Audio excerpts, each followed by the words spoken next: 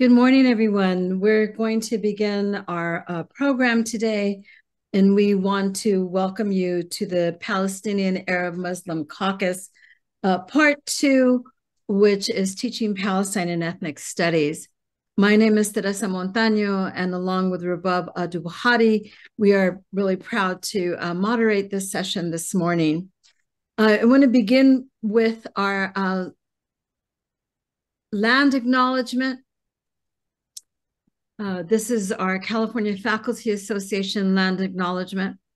We want to acknowledge the land as an expression of gratitude and appreciation to those whose territory we reside on, and a way of honoring the indigenous people who have been living and working on the land from time immemorial. It is important to understand the long history that has brought us to reside on the land and to seek to understand our place within that history. Land acknowledgements do not exist in past tense or historical contexts. Colonialism is a current, ongoing process, and we need to build our mindfulness of our present participation. Acknowledging the land is an important indigenous protocol that we are honoring here today. And to find the native lands which you reside, you can go to nativeland.ca. I come to you from Tongva territory, known as Yanga, which is Los Angeles. And I come from... Going to now move to our ancestor acknowledgement, which is something we do in our ethnic studies curriculum. The indiscriminate killing of more than 20,000 Palestinians, that number has since climbed since I wrote this ancestor acknowledgement just a couple of days ago. 9,000 children has included educators and cultural workers whose voice and stories missing from the mainstream continue to teach the world about Palestine. Today, we honor the many teachers, professors, and librarians who teach us truth to power. But this morning, we honor particularly Doa al-Masri, and Dr. Rafat al-Arer, a poet and librarian who have joined the ancestors. Doa was a librarian at the Edward Said Public Library, and she and her entire family were killed just 2 days ago. Dr. al-Arer was a poet who, in his final breath, or one of his final poems, which we are seeing all over the place, said, "If I must die, let it bring hope. Let it bring a tale. We grieve for their loss and the loss of their families, but we will never forget the sacrifices or their words." Presente. As we sit here today, lawmakers in over 40 states are removing references to Palestine, critical race theory, and any reference to queer and transgender stories from the curriculum. They're working to block ethnic studies providers who teach about Palestine or dare to mention the word Palestine in their curriculum. They're being subjected to being written up for disciplinary policy. Unions are being asked not to do teach-ins on their own time to educate the public about Palestine. And across college campuses, the mainstream press and others are attacking students, faculty, and community members. This colonial project is part and parcel of a global project of imperial genocide on the mind, the body, and spirits of marginalized racial communities and throughout the world.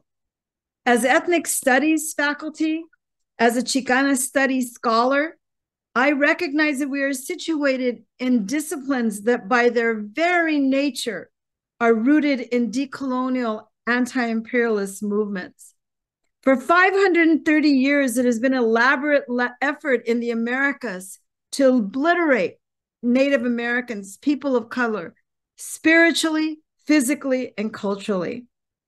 As a Chicana studies activist, I have no choice but to challenge settler colonialism everywhere and to acknowledge that from very beginning, our disciplines of ethnic studies were aligned to the global struggles in Africa, Palestine, and Latin America.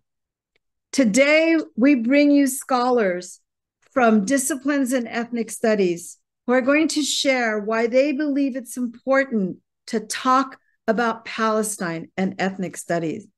And we're going to talk about what it means in light of the pushback and the censorship, what it means to continue to stand and organize for hope and solidarity. And then we'll move in to some questions and answers as well.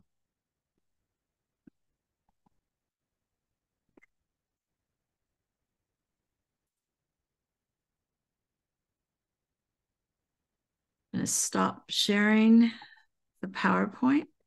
Can we stop sharing the PowerPoint then? Yeah, very good. And move into our first speaker, my colleague, my sister from the PAM caucus and from the San Francisco State, Dr. Rabab Abdul-Bahadi, from Ahmed, who's going to talk about her struggle to maintain and position and center Arab Muslim studies at San Francisco State and throughout the world. Rabab?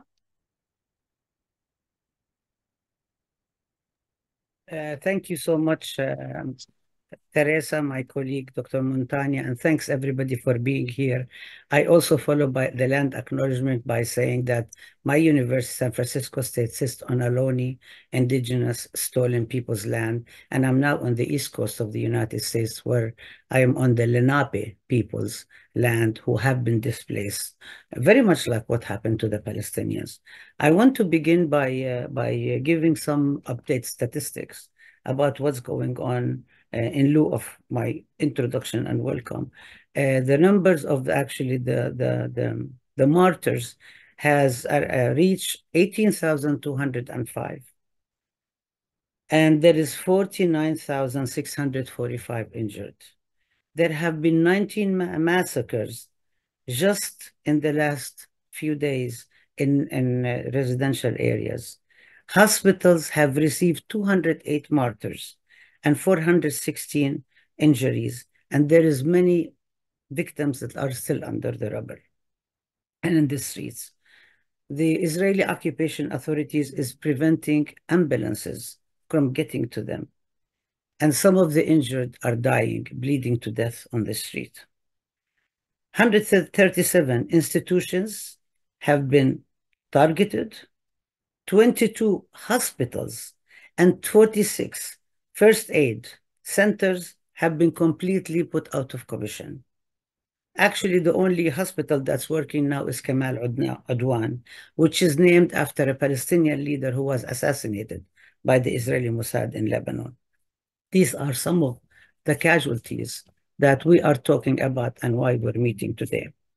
And this was just part of my introduction. I'm going to now speak about Ahmed. So this is what's happening. So yesterday or the day before, the College of Ethnic Studies at San Francisco State University Chairs Council came out with a statement on Gaza. It's over 2 months it's been coming, and I'm still trying to wrap my head around it. And I'm speaking to colleagues. Never mind that Ahmed's name actually misspelled in the statement, which always happens to us. And it's also the statement is written as if the Ahmed doesn't exist. It calls on CSU to create Ahmed. But the statement in general is condemning the genocide, is calling for changes, is supporting boycott, divestment, and sanctions, is reminding us of the roots of the College of Ethnic Studies. And so for me, I'm trying to figure out what's going on because it conflicts with the reality. The statement itself is really great. But what's happening with the reality is that the Ahmed Studies program, last semester only, the Palestine course was canceled. Arabic was removed from the Ahmed website. Last year, I received a letter from the dean asking me not to use Ahmed or the College of San Francisco State University in identifying myself as I was organizing conferences on teaching Palestine, the title of this seminar today. During COVID, 2 Ahmed specific courses were hidden, and we were told that they will be unhidden if students are interested. But we were wondering, how would students be interested if they do not know that the courses are offered? There is Ahmed minors. Advising Ahmed minors is no longer under Ahmed jurisdiction. The Edward Said scholarship is no longer under Ahmed. We have not heard any comments about President Mahoney on Zionism, the agreement that the university president has actually made with Zionist groups last spring, or the vetoes for the 3 grievances that faculty hearing panels have adopted in terms of academic freedom for me and for my colleague, Professor Tomomi Kinakawa, and for the Ahmed Studies program. We heard some faculty signed a petition against the shutting down of our open classroom, for which 14,000 people signed up, 1,400 signed up on Zoom, and 4,000 signed up on Facebook. And a letter was sent in my name to Zoom subscribers telling them that the webinar was canceled. I never sent that. We're still waiting for the list of the names of the people who signed to just be able to communicate with them. You can imagine the mess trying to communicate with our students. Actually, it was horrific. We have not heard anything from anybody who was telling us about several things that have been going on at that particular hearing. Actually, the dean and the associate dean of the College of Ethnic Studies joined the administration, where a dean of faculty called the former retired dean of the College of Ethnic Studies, Professor Ken Montero, a rogue dean. And nobody stood up and said this was actually completely wrong, an attack. We haven't heard anything about the Nazi in my class, about the naked man found on the prayer rug of the Muslim Women Student Association.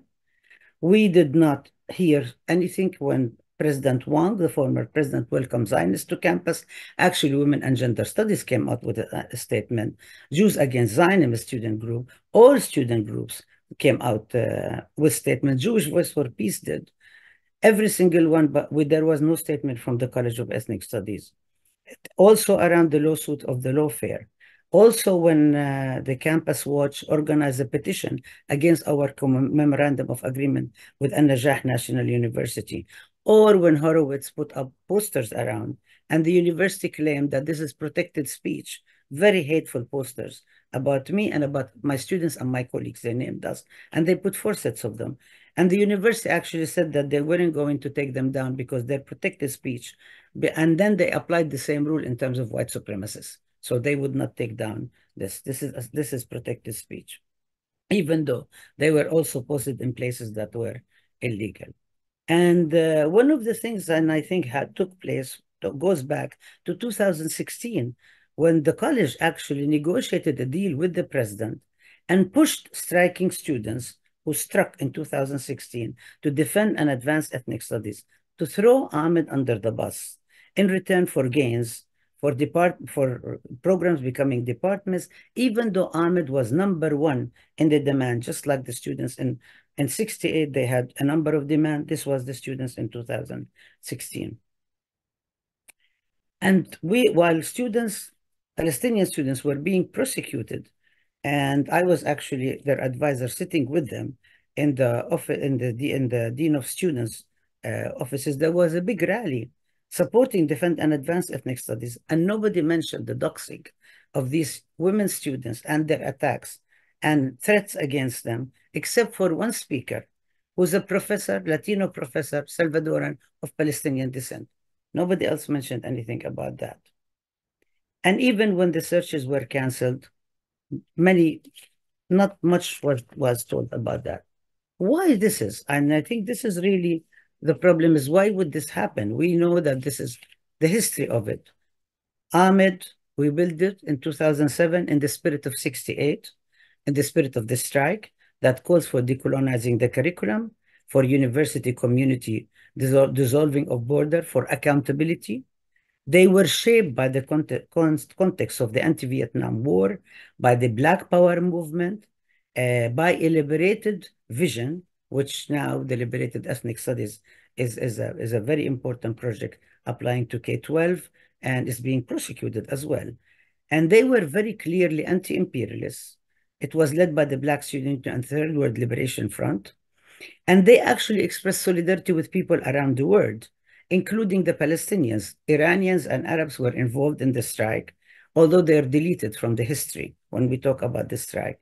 And actually, one of the professors at San Francisco State University signed the statement on November 1st, 1970, that was organized by radical Black activists and scholars condemning Israeli occupation, which was a few years, I mean, 67, 68 took place right after 67 occupation, and signed it. And so there was all of this anti-imperialism going on.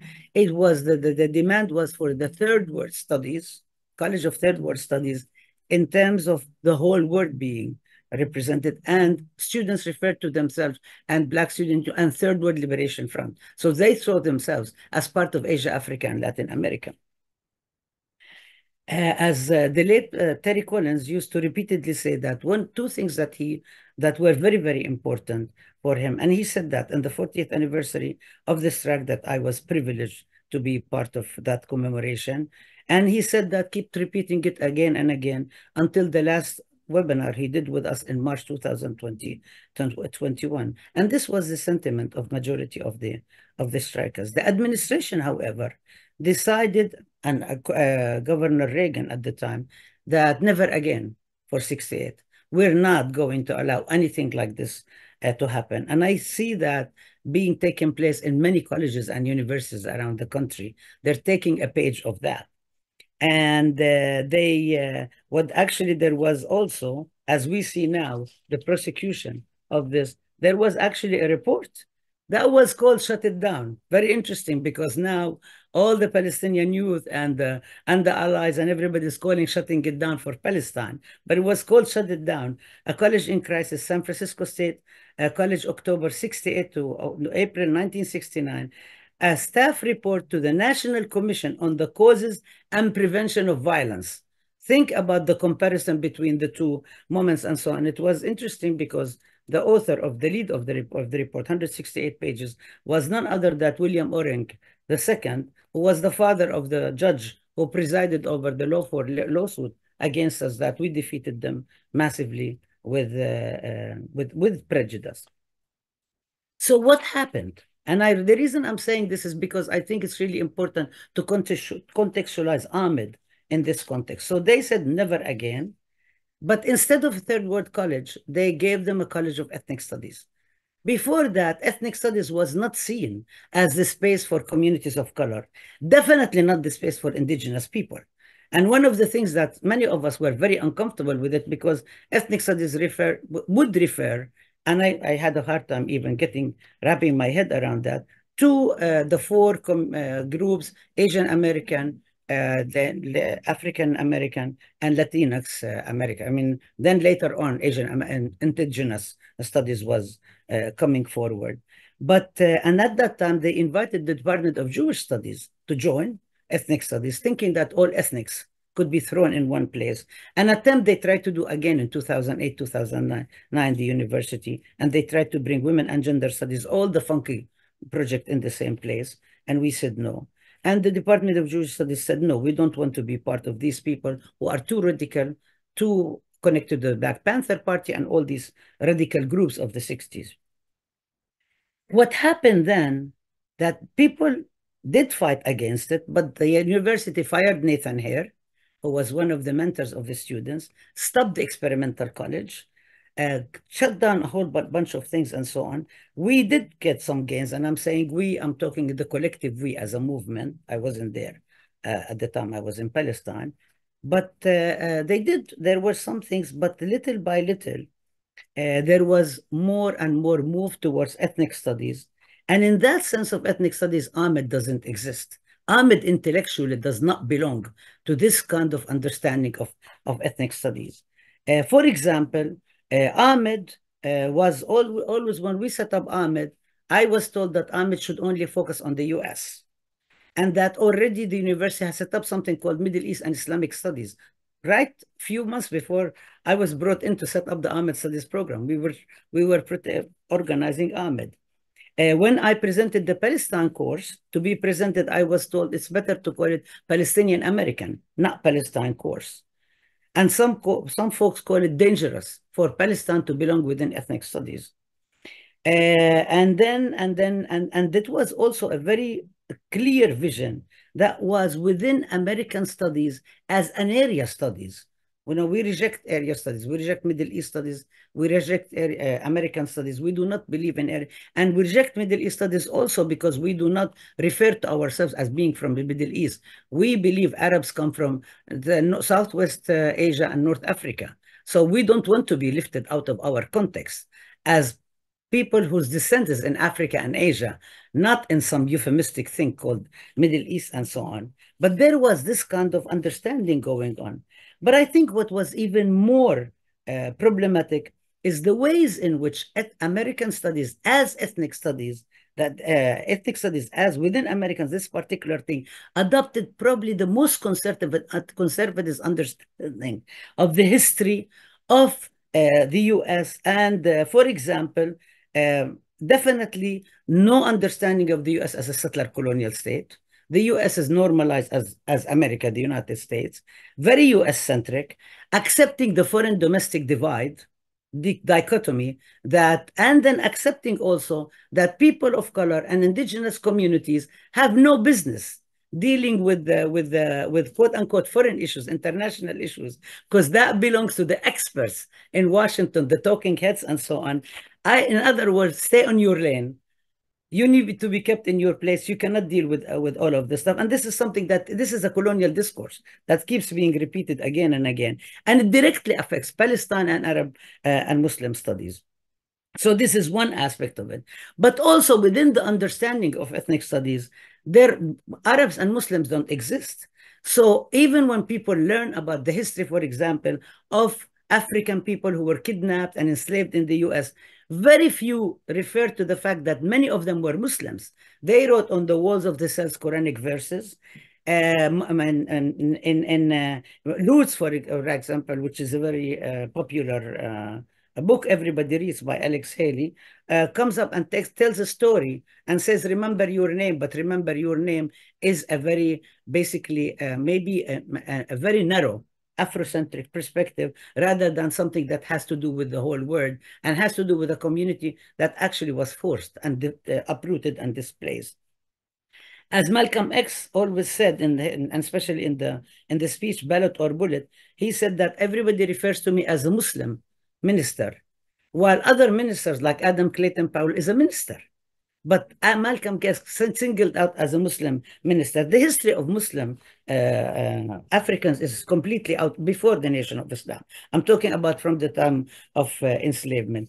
Very few people refer to 1492 as the history, taking back the history where it is, where the colonization of the Americas took place at the same time when there was the defeat of the Arabs in Andalusia and the expulsion and the Inquisition and the interrogation and torture of Muslims and Jews, which is part of the roots of Islamophobia. Very few refer to that. So in this context, Arabs and Muslims do not exist, and we get seen as we are foreigners that have come as invaders and so on. And of course, the tales and the histories that are presented by Islamophobes and Orientalists, such as Bernard Lewis, history of race and so on, get implemented and so on.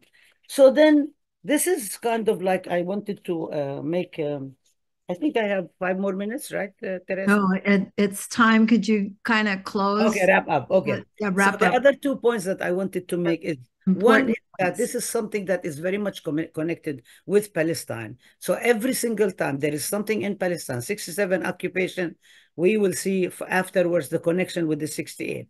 In 2008, 2009, the war on Gaza, we lost our 2 lines They were canceled. In 2014, following that, we saw all the attacks that I've mentioned. In 2023 now, what was going on, the Ahmed, the Palestine course has been canceled. So the question is that unless and until we understand ethnic studies as a critical ethnic studies that's not domesticated within the US scene, that's not domesticated, and that's not Americocentric, that eyes are not focusing on Washington, that actually gets out of it and rejects this whole domestication and this whole patronizing context of white supremacy on ethnic studies, Ahmed cannot be part of ethnic studies, but it can definitely be part of critical ethnic studies. And I will stop. And apologies for going over, Teresa.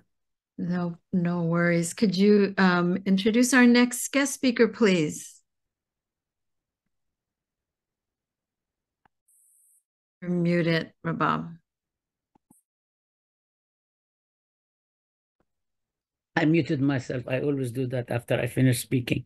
I'm very, very honored to introduce Melanie Azi, who is from the Dine people. She's assistant professor of American Indian Studies at University of Minnesota and co-author of Red Nation Rising, From Border Town Violence to Native Liberation, and The Red Deal, Indigenous Action to Save the Earth, both of which came out in 2021. She co-hosts and produces the podcast Red Power Hour and serves as lead editor for the open access journal Decolonization. She organizes with the Red Nation, a grassroots native-run organization committed to the liberation of indigenous people from colonization and capitalism. And Melanie, we were honored to have her as one of the contributors to the Forum on Palestine that we organized for the American Quarterly. And she wrote about that, and we had also met in multiple Native American Indigenous Studies associations and on the struggle. So Melanie, Dr. Yazi, we're so honored to have you, please. And Dr. Yazi is going to be talking about Indigenous studies and ethnic studies. Thank you. Can you all hear me? Let's do that first. Okay, great. Thank you so much for this invitation, Rabab. We sit on the Advisory Board for National Students for Justice in Palestine.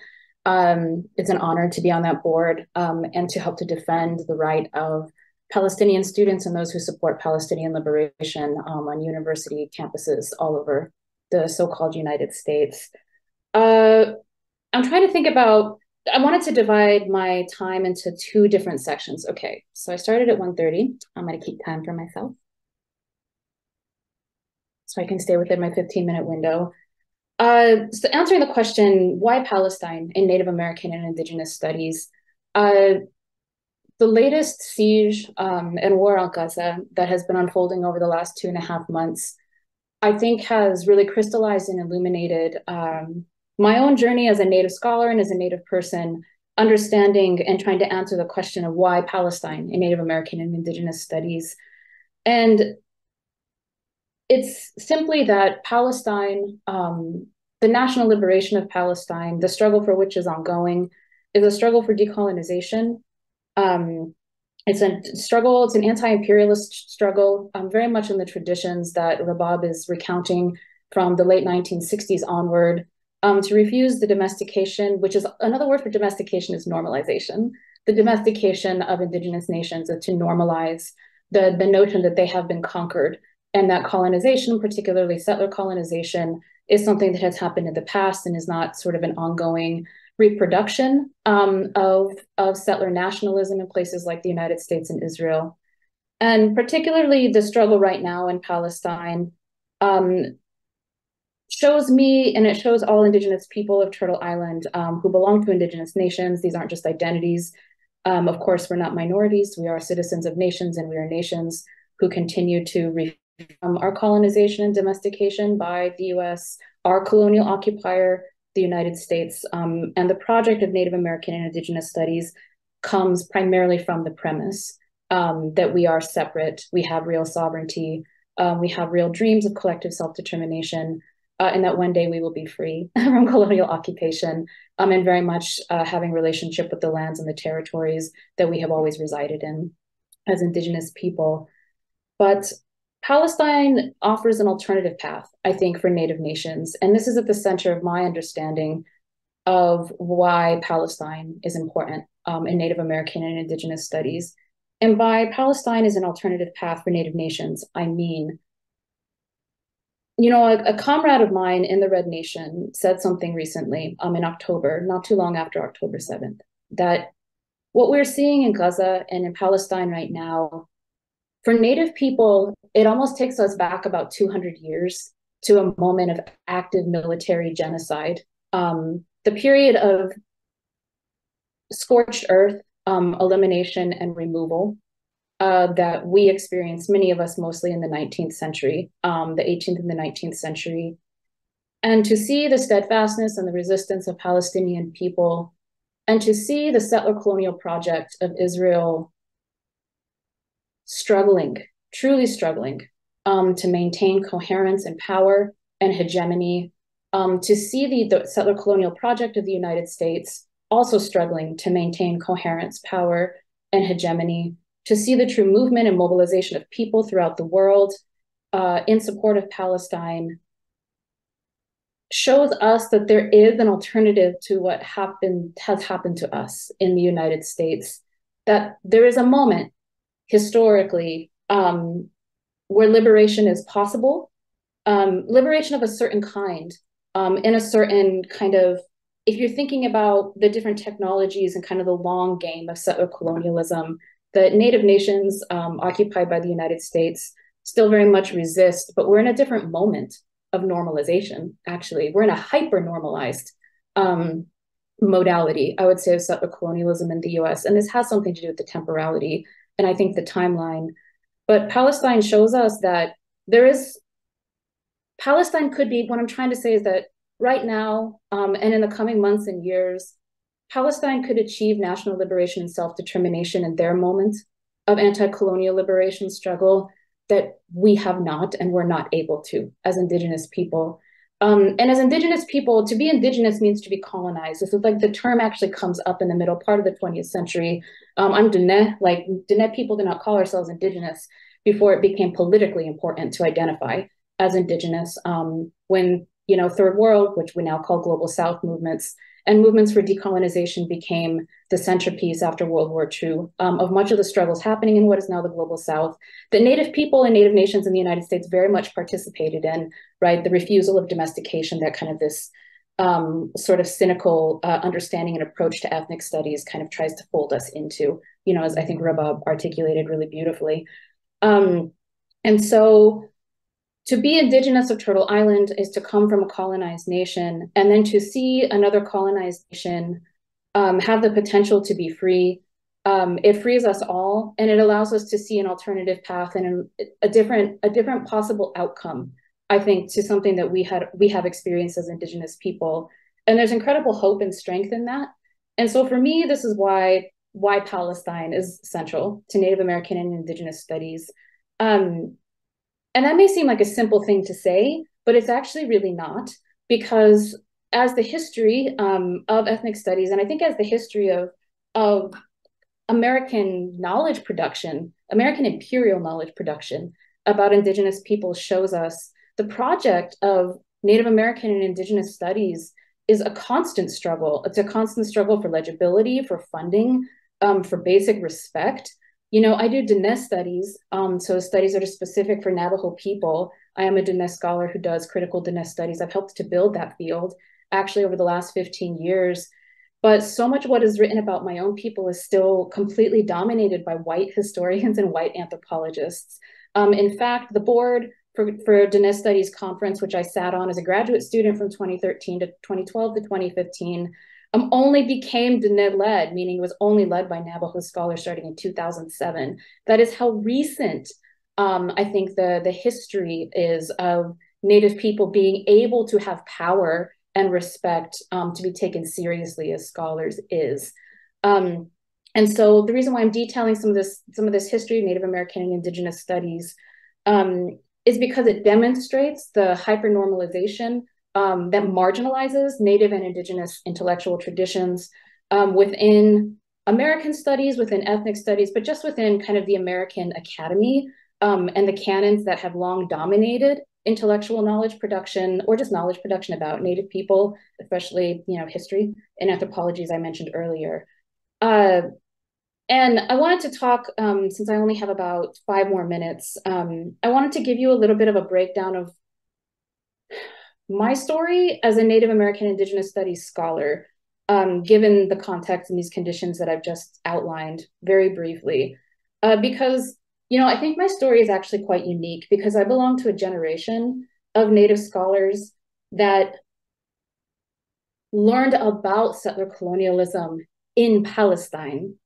And so Palestine and the liberation, the national liberation of Palestine, understanding the liberation of Palestine as a struggle for decolonization has always been central to my understanding of what it means to be an Indigenous person practicing Native American and Indigenous studies.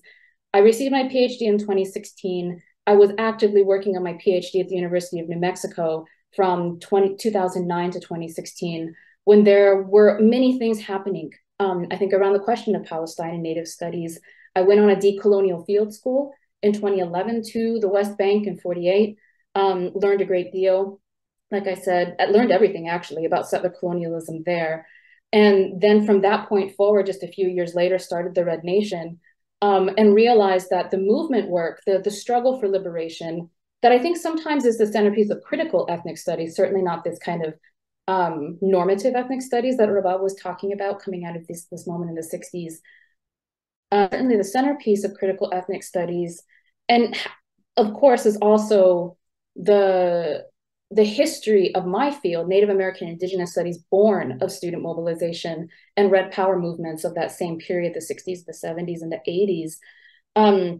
I understood, because of my time in Palestine and my understanding of decolonization within an active kind of military occupation modality of settler colonialism, that in fact there was an inextricable link between doing work in the movement, in the field of struggle, as they often call it, elders in the movement, and then the intellectual work I was doing in the classroom, and trying to build the field of Native American Indigenous Studies.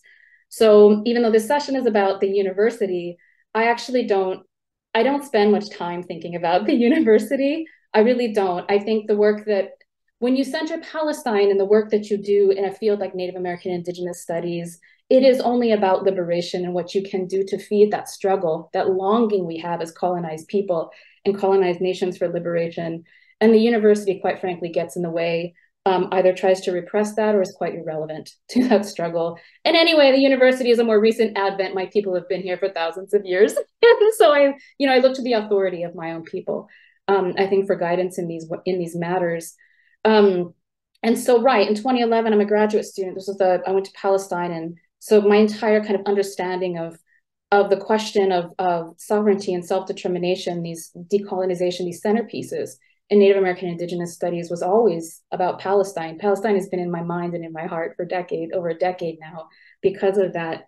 And then from that point forward, I started to go to conferences and talk about Palestine. The important analytic of redwashing was introduced by Keolani Kauanu and Robert Warrior, two very legendary, figures in the history of Native American and Indigenous Studies.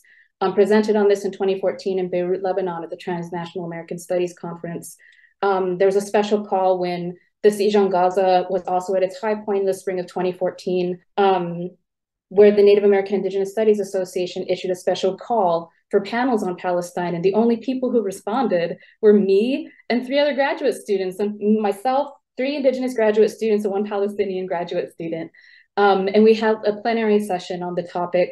And then, because of the work that I have been doing in Diné studies in the Navajo Nation has been a target of Zionist redwashing efforts for a very long time. 2012, 2013, 2014, it was at its height. The president of my nation actually went to Israel on one of these exchanges. And so I helped to co-found a group out in my community and my nation called Diné Solidarity with Palestine. And then I submitted a proposal at the Diné Studies Conference in 2015. To educate my people on why Palestine is important for Diné studies, because an important kind of subfield or a participant field within the larger field of Native American and Indigenous studies are the nation-specific studies, because we all come from different nations. And so there are very specific things we need to consider within Diné and Navajo studies when it comes to the question of Palestine and why Palestine is important. And then from that experience onward, when I finished my PhD in 2016, had a fellowship, started teaching as an assistant professor at the University of California, Riverside, actually, in the fall of 2018. I started to teach on Palestine as an entire unit in my intro classes. And I've been teaching Palestine. I teach Stephen Salaida's work. I teach Palestinian creative writers. In all of my intro to Native American studies and indigenous studies classes. Students are remarkably receptive, actually, to that material. And so I've been doing that ever since, and I've taught, I think I'm on my 4th or 5th section of Intro to Native American and Indigenous Studies now, where I have an entire section on Palestine. I now write, thinking through, Stephen Salaida is very important, also analytic of internationalism. People who may not be familiar, I write a lot about kinship and solidarity, politicized kinship, solidarity, and relationality between struggles. I very much view Native American and Indigenous studies not as a standalone project in a silo, but very much within an anti-imperial register where we must be in conversation internationally with other struggles. Palestine has always been at the center of that. And even now it's been languishing because, not all Native people and not all people in Native American and Indigenous studies agree about Palestine. There's an internal political struggle. There's a line struggle happening right now within the field that no one has talked about publicly. But there are those of us who are very clear about our position on Palestine. And I know my time is almost up.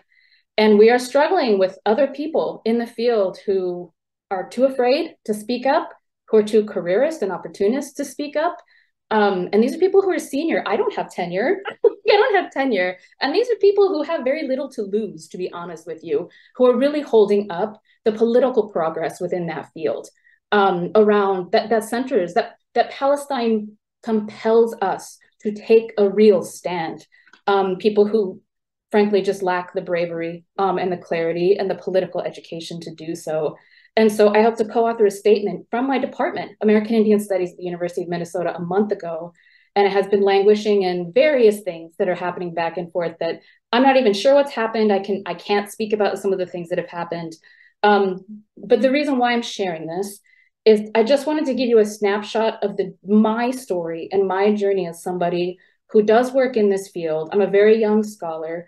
But the way Palestine has been normalized, not in like the gross colonial normalization that we talk of when we understand how settler colonialism operates in Israel, but the anti-colonial normalization, the way that Palestine and the liberation of Palestine has been normalized within the field of Native American and Indigenous studies, and that there are people like me, there are many people like me, especially younger generation scholars who really refuse I think, to stop talking about Palestine and to stop centering Palestine in our work. So I'm just going to leave it there because I'm at time. Thank you so much, and I look forward to the Q&A, and thank you so much for being on this panel with all of these wonderful, brilliant colleagues and comrades. Thank you for your comments and your words. Our next speaker is a colleague and a brother and a fellow union activist. And I appreciate you being here, Anthony, today. I know you're in the middle of negotiations. Anthony Ratcliffe is a tenured professor in the Department of Pan-African Studies at Cal State University, LA. And he's been a professor for many years was once on my campus. We lost him to LA.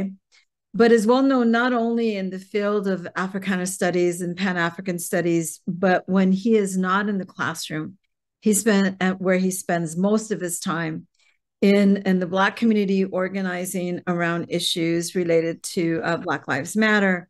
He's also the chapter president of the California Faculty Association at Cal State LA, and is a member of the CFA bargaining team. And I'm just going to turn it over to you without taking any more of your time to introduce you. They'll see how great you are.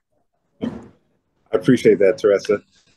I want to thank you, and I also want to thank Bob for the invitation today. I really am honored to be here, and so hopefully I can provide a little knowledge about, things that I'm very interested in and very care a lot about.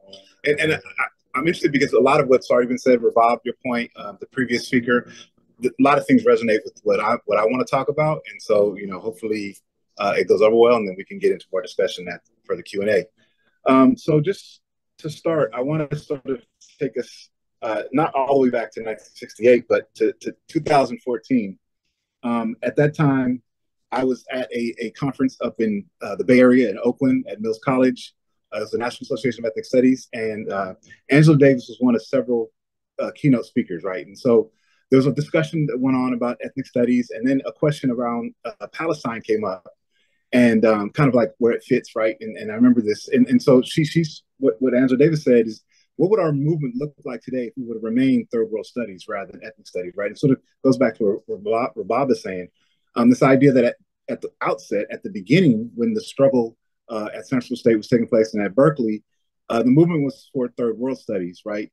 And so then there was sort of a co-optation in certain ways, and the codification of this movement around ethnic studies, right? And sort of what things are left out with that. And so she talked about how she felt that there would be a stronger internationalist linkages, right, and recognition within our movements if we actually would have stayed as third world studies. And so, you know, that's always, it's historical now. We can't go back to that moment, but I think that's very important to think about how that would have changed our conversation here today, right? And some of the things that we would be able to discuss. But one thing I want to really talk about, though, is that the fact that in Black studies, right, in Africana studies, it's a contested space, right? There's no unified theory, ideology, or perspective. Like there's multiple, almost every intellectual, every academic, every scholar, every student, right, comes with a different ideology, a different theory. And so it's been very difficult trying to find a unified theory. And so this is a major issue when it comes to the issue of Palestine, right? Because a lot of folks just, they don't want to talk about it, right? This, in mainstream Black studies circles, the question of Palestine has been marginalized, right? And you could look at this, if you just look at two of our major organizations, our major associations, NCBS, National Council for Black Studies, and ASALH, the American Association for the Study of African American Life and History. They're the major organizations, right? The major institutions, and they've written nothing. There's nothing that they've written to discuss the question of Palestine, right? They're relatively silent. Another organization that's a little newer, but it's actually a lot more. There's a lot more younger scholars involved, called the African American, the Association of African American Intellectual History and the Society. This organization actually has stated a number of things through its Perspectives, Black Perspectives online blog, where they've actually talked a lot about Black and Palestine solidarity. However, it too has not stated anything specifically around the ongoing genocide in Gaza or Palestine, right? And so I do believe that it's really important. It's long overdue for these and other organizations to at least call for a permanent ceasefire and to really speak up around the issues of defense around academic freedom, right? Amongst other things, right? There's several other things that need to be discussed, but I think these are two major things. And the fact that they've been silent around this really it makes me wonder what's happening, right? Why isn't there a larger outcry? I understand that neither of these organizations haven't had meetings during the time of the current crisis in Gaza, but they definitely have editorial executive boards that could come together, and I think there needs to be a bigger outcry. And you know, I'm guilty of not pushing on them harder. I really should, right? Going back to some of what Rababa was saying, not pushing a stronger line, right? I think that's something that we have to do, and that's something that I'm willing to push more in the spaces that I have any sort of input. But the thing that even though in the academic realm, right, it's not as strong, that there's definitely strong individual scholars, and I'll talk about them in a minute. But while there's not a strong organizational presence, right, around these questions, the thing that is great is that in Black social movements, there's been a very big outcry, right? A lot of groups have come together to raise and to express solidarity with Palestine, right?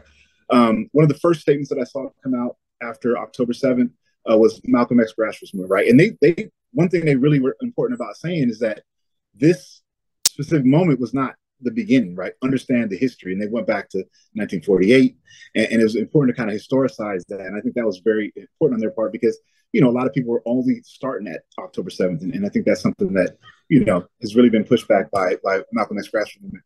But other groups, such as the Black Lives Matter grassroots, right? We understand there's been a struggle between Black Lives Matter, the sort of nonprofit angle, which has really kind of been co-opted and doesn't do much of anything. But Black Lives Matter grassroots, which is still the grassroots chapter level group, they put out a number of great statements around Palestine, right? And they've been in solidarity with Palestine since at least, you know, as long as they've been around. They've been around since 2013, 2014. And at that time, there was always statements coming from Palestine in support of the movement, right, around when Trayvon Martin was murdered And then when Mike Brown was killed, like there was those statements that went back and forth. And in that, I think there's been a lot of great solidarity that's been built there, right? And that's also rose up in the movement for Black Lives. You see that organization also taking a stance and saying, expressing solidarity with Palestine. And so it's in the realm of social movements that you see a lot more discourse around this. And I think academics are sort of falling behind in this. But one space that I do find a lot of hope in is a new movement called Black for Palestine. It's not really new. Actually, in 2015, they put out a statement, but in 2023, they have a statement that actually has been signed by over 6,000 Black intellectuals, activists, artists, organizers, workers, and different formations that have signed a statement of solidarity with Gaza.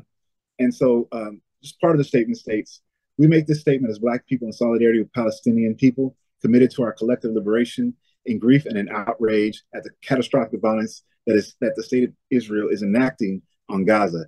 As we write, and this actually was put out in, I think, December, this was updated in December on December 1st. So the numbers are low, right? And I know that Rabab just provided several numbers, but this is what they wrote here.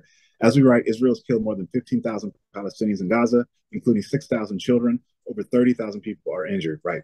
And so they're calling for the demands of this statement or immediate ceasefire, the unimpeded entry of humanitarian aid and services, medical teams, supplies, and trauma care, the immediate restoration of water, food, fuel, electricity, and internet, ending the U.S. obstruction of Palestinian protections against genocide under international law, the prevention of forced displacement of Palestinians in Gaza outside of Palestine, and an end to the siege of Gaza and the occupation of Palestine, including U.S. support. Right, and so it's in the realm of the social movements that Gaza, that Palestine is clearly being talked about. Now, in that though, one thing that is very important is that the list of people who signed on, there are hundreds of academics, right? There are hundreds of different scholars. So it's not, there's nobody that has written from the level of a department, right? And so we see that there's really no departmental support yet, but individuals within those departments have definitely spoken out, right? So you have people like Angela Davis, Barbara Ransby, Barbara Smith, Beverly Sheftal, Christina Sharp, Cornel West, Fred Moten, Gina Dent, Joanna Fernandez, Mark Lamont Hill, Miriam Kaba, Robin D.G. Kelly, Robin C. Spencer Antoine, and Rosemary Mealy, amongst, like I said, hundreds of others of Black scholars who have supported the statement, right? And so in that, there's several Black scholars who have been long-term supporters of Palestine, right? Angela Davis, clearly very outspoken.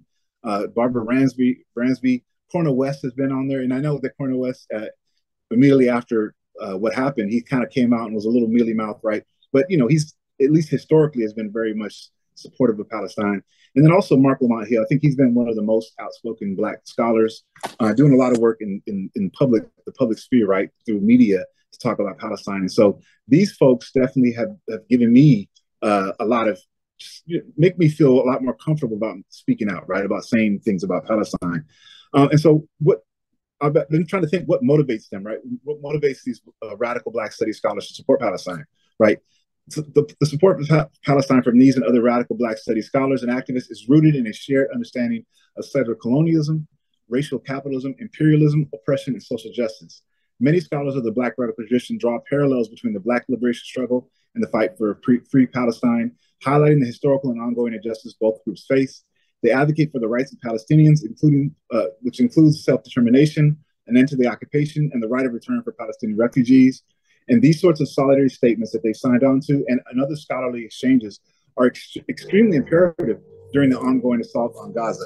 I apologize. I'm outside. I was in the meeting, so I had to come outside to do this. And it's a lot of stuff going on out here. So I'm hoping that I'm not being too drowned out by the background noise. But I think one thing that I see, you know, time is going very fast, but I'm going to try to get to a few more things. One thing that I want to really kind of recognize is the fact that studying Palestine, right? It's, as I said, Black studies itself is contested. This question of Palestine is also very contested, right?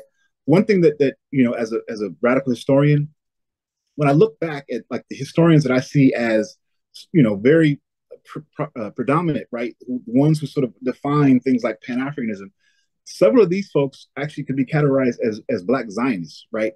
And even Black Orientalists, right? People like Edward Wilmot Blyden, Martin Delaney, who's a very important figure in Pan-African history, Marcus Garvey, right? These are folks that were extremely important to Pan-Africanism, but they also had very Zionist-supported views, right? And so there's some contradiction about that. And one person I was extremely saddened the more I read about, but he actually moved, he sort of changed his position as he went forward, was W.B. Du Bois, right? Du Bois is kind of seen as a prototypical Black studies scholar, right? He sort of represents the interdisciplinarity of Black studies.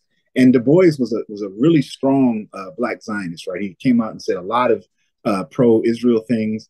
It was also very critical of Palestine, right? And this went on for most of his life, but in 1956, when the Suez Canal, right, when the Suez War happened, and Gamal Abdel Nasser, right, when he was leading Egypt at that time, and Israel, England, and France, when they attacked the country in 1956, Du Bois began to change his focus, right? He wrote a poem about Suez and really started to recognize that this idea of Israel being a space like liberation and sort of people of color solidarity was not really real, right? Israel was definitely supportive of French and English and U.S. imperialism, right? And so he really sort of came out to be more of a critic of that, and he started sympathizing more with Palestine. And so, like in that, right, there are a number of Black historical figures that, if you look at them, if you study their work, you can't help but see their support of Palestine, right? People like Malcolm X, he wrote a really important article in 1964 called Zionist Logic. And that was important because it was one of the first pieces that connected the parallels between African people and Palestinians, right? And he saw Israel as a colonial project, right, that was really serving a wider imperialist agenda. And one thing that was really important is in that year, he was one of the first Black African-American people to meet with the PLO. And so another major turning point when you start to get a lot more Black radical organizations and individuals supporting Palestine was in 1967 with the Arab-Israeli War. You have groups like the Student Nonviolent Coordinating Committee came out with an article talking about the Middle East crisis, where they really looked at the issue of what was going on in Palestine and aligned themselves with Palestinians and saw what was going on with Zionism as really calling that imperialism, right? And this was co-authored by Kwame Ture, who was known as Soka Karmak at the time. And he was one of the major proponents of Pan-African and Palestinian solidarity.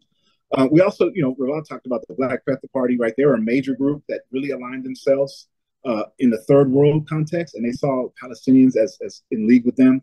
They were very open and supportive of Palestine. And so when you study groups like Black Panther Party, you can't help but come across their support of Palestine, right? And as I teach this, this discourse comes more and more into my writing and into my teaching. There's other organizations that I see my time's running out, so I'm just trying to kind of name a few. Just so as we do this research, as we really understand Black studies and you start to research these groups, you can't help but recognize that the vast majority of them were in league with, and they were supportive Palestine, right? Like the League of Revolutionary Black Workers, Shirley Graham Du Bois, who was Du Bois's wife, and after he passed, she became even more outspoken in support of Palestine. There was a major committee that was organized in the 1970s called the Committee for Black Americans for Truth About the Middle East, and they issued a whole newspaper article in the New York Times that talked about Black and Palestinian solidarity, right? In 1972, the Gary Convention, which is the National Black Political Convention, they actually passed a resolution in support of the Palestinian people. And this actually led to a major breakdown of this organization. This was a large group that got together to talk about what Black political agenda is, what it should be. And because of the support of the majority of people from Palestine, a lot of the liberal and conservative Black folks walked away, right? And so, we can continue to look throughout history and find several different Black scholars, Black intellectuals, Black organizations that were definitely in solidarity with Palestine. And for me, that's important because what it says is that when you're teaching these folks, these are opportunities for us to teach our students about Palestine, right?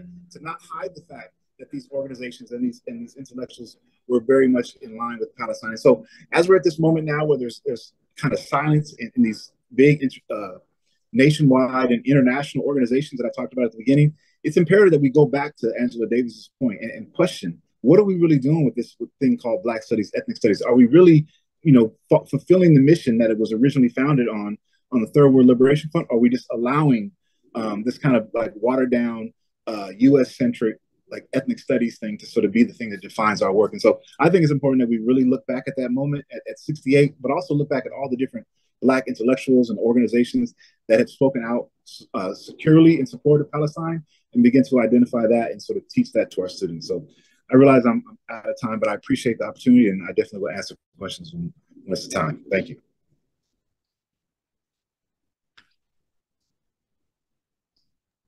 Thank you so much, Anthony. This was amazing. And I want to kind of like ask you so many more questions, but we don't have time now.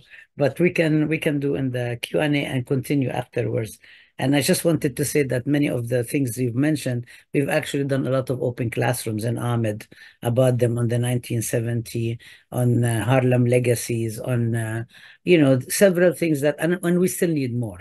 And we still need more to think about how do we institutionalize it in the curriculum, how we bring it to our classroom, but how do we not lose the radical edge in activism and that. Thanks so much. It's my pleasure next to introduce Dr. Christine Hong.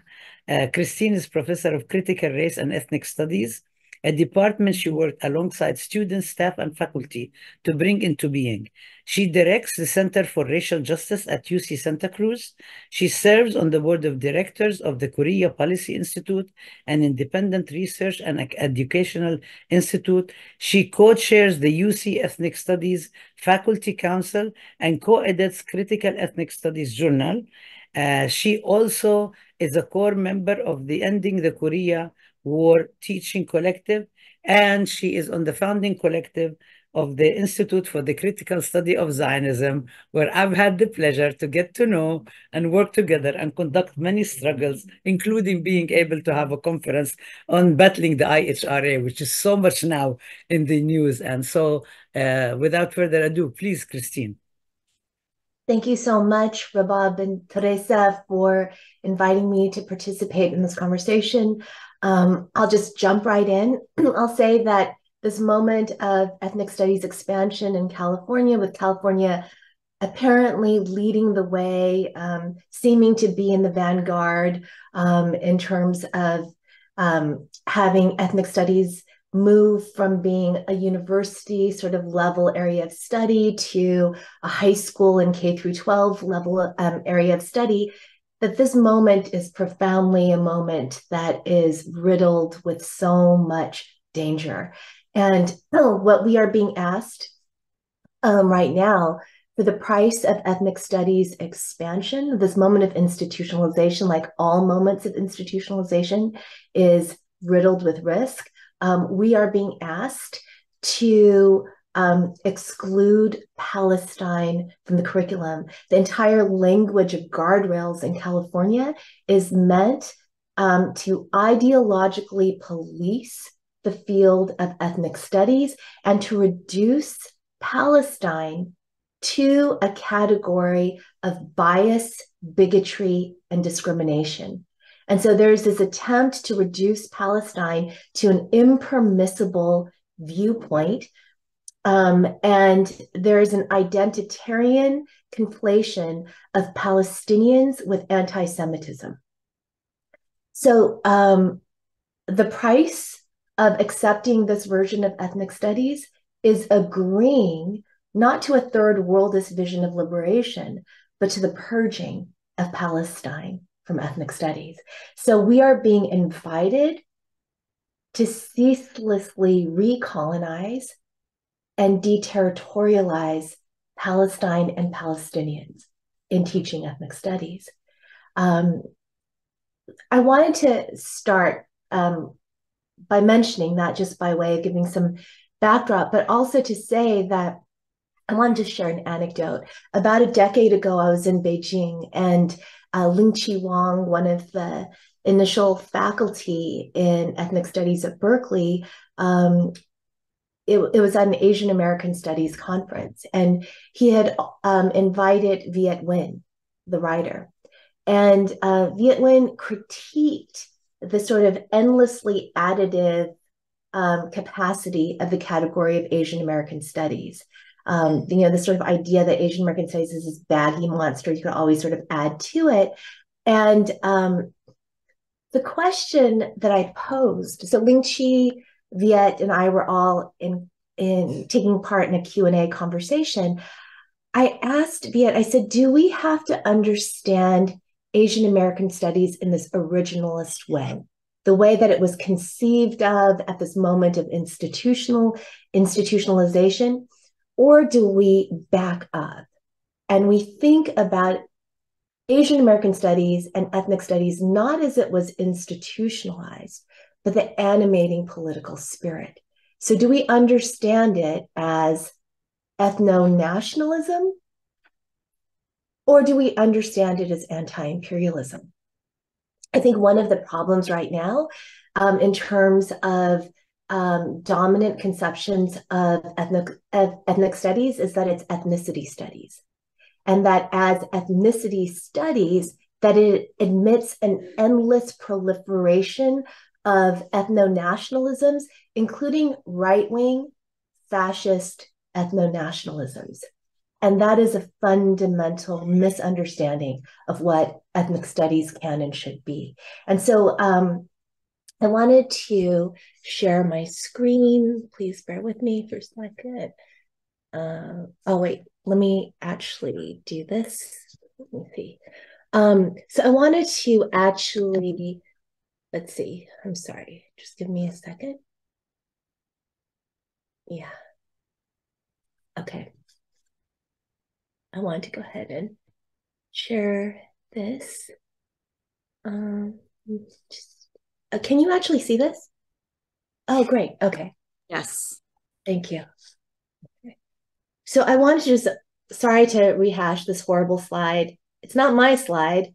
This is Tammy Rossman Benjamin of AMCA, a Zionist organization that has sought to quash ethnic studies altogether. There's a range of Zionist attempts from liberal co-optation to outright sort of argument against. And this comes from Tammy Rossman Benjamin's slideshow against ethnic studies. And she attacks in particular critical ethnic studies because she rightly understands that there's something about critical that enables a critique of Zionism. And so she cited me here stating that it would be a no-brainer that the TWLF vets would have understood that Zionism was a form of imperialism and settler colonialism, and that settler colonialism is indispensable as an analytic to the larger field of ethnic studies. And so I just wanted to present that, but then also to say a little bit about Tammy Rossman Benjamin. She's someone who ceaselessly sort of waged lawfare. She's doing so again. This is not new. She's done so in the past. She filed this lawsuit with the Civil Rights Office of the Department of Education many years ago, stating that any critique of the state of Israel was anti-Semitism and that it was flourishing throughout the UCs. And she basically said that the UCs, because there was this critique of the state of Israel, that it was no longer a safe space for Jewish students because she understood Jewish students as being homogeneous politically, and that that all Jewish students are uncritically aligned with a Zionist ideological project. And so this is just to give you, this lawsuit, by the way, failed monumentally. It was found to be utterly frivolous. And then I just wanted to just say this too, that during this time, so she was a lecturer of Hebrew at UC Santa Cruz, where I had the misfortune to run into her on many an occasion. And as we were fighting for ethnic studies at Santa Cruz, the last long-standing UC campus without an ethnic studies degree granting program, she was also attending student events. She's a very hostile presence at these events.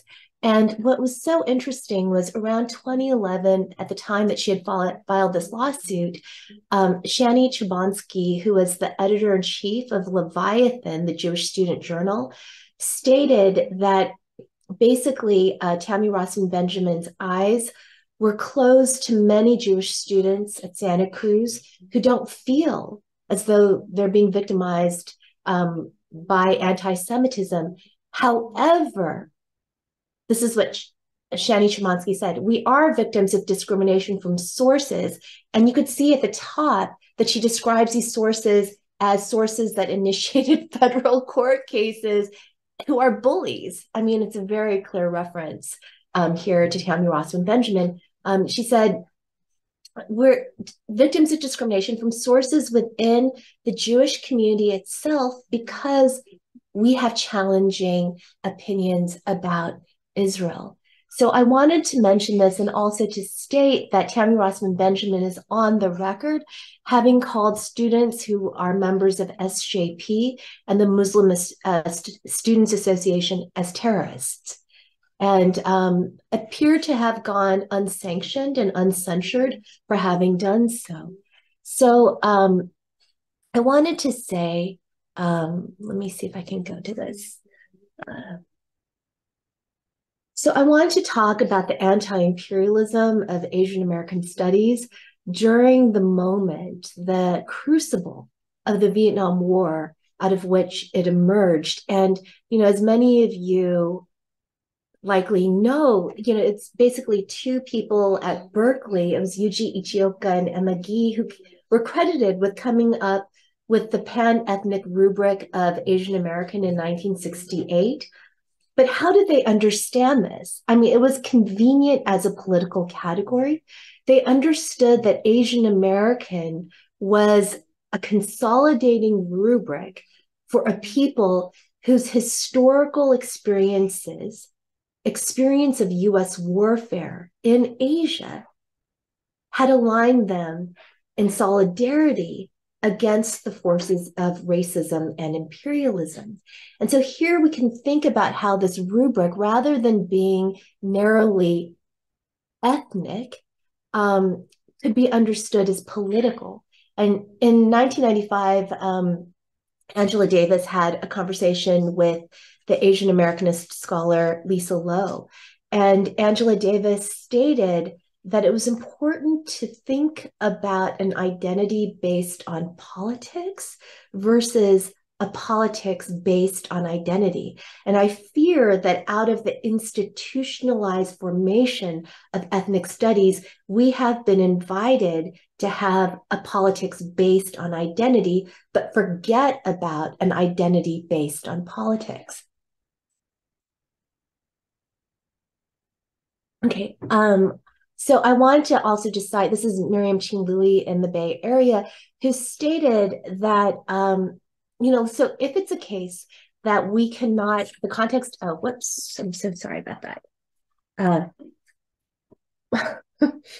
Yeah, okay, sorry about that. If it's a case that the context out of which Asian American studies formed was the brutal US war in Vietnam, we have to understand that this war was a brutal asymmetrical war of aggression, a hot war during the Cold War that left over 3 million Vietnamese dead, 2 million of whom the post-1975 Vietnamese government categorized as civilians.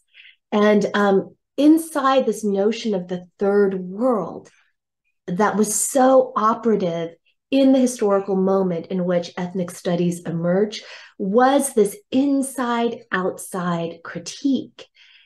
This was an attempt on the part of the anti-imperialist core of student protesters who were organizing for third world colleges at SF State and Berkeley not to align themselves with the US war machine. And they understood that the US university, this is like an early moment of divest, they understood that the US university was profoundly complicit in the violence of the imperialist US war machine all around the globe. But especially like during this time of genocidal US interventionist war in Vietnam, this was apparent, right? And so there was an attempt with this rubric of third world that mapped inside, outside to counter these kinds of received imperialist geopolitics by saying, you know what, we are not part of a national minority, we are part of a global majority. And so this is a field that formed out of the crucible of genocide. And you could see from Miriam's statement here too, that there was a profound political understanding and disposition of Asians toward Marxism, Leninism, having to do with Asian socialist struggles at that time. The backdrop is the Vietnam War, the Cultural Revolution in China, anti-imperialist student movements in Japan, the Philippines, and Korea. I know I'm running out of time, so I'm just going to go to a few more slides, because one thing that I really want to say is this: it's not just the formation of the field, its origins in third world studies. I want to say something also about the ways in which for Asian Americans during this time, they had to differentiate themselves from the profound complicity of Asian area studies with the national security state. So this is a live and active question.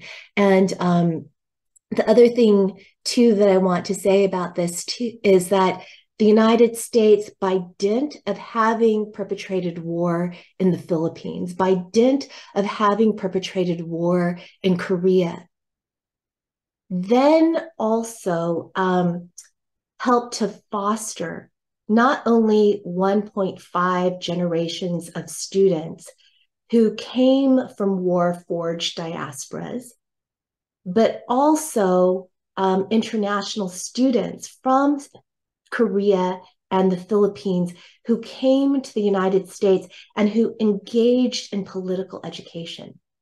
And so one thing I want to say about the university is I think we have to think about this inaugural moment of the late 60s as inaugurating not only ethnic studies, but ethnic studies is a field that looks critically at the university as an object of study in terms of the university's complicity in imperialist violence, but also to understand that the ways in which these fields were critically reconstituted rarely had to do with the reproductive mechanisms of the university itself. Instead, these fields were reproduced through political education, adjacent to, sometimes in fugitive ways within the university, oftentimes outside the university, in terms of intense political educational struggle. So I guess I just want to say that, and I just wanted to say this too, and Rabab, I just wanted to share this too. And part of that political educational struggle is understanding that in 1948, Nakba and Sassam are profoundly linked. On Jeju Island in 1948, this comes out of that blur between ethnic studies and area studies from a grassroots fugitive sort of modality. You understand that in Jeju Island that 1/10 of the population was killed. This is the year that the Genocide Convention came into being. And the question is, what kind of states emerge that have as their foundation genocide? It's a question that we have to really entertain. And with Sassam, you could see that oh, I'm so sorry. Sorry about this. Maybe I'll just go through this.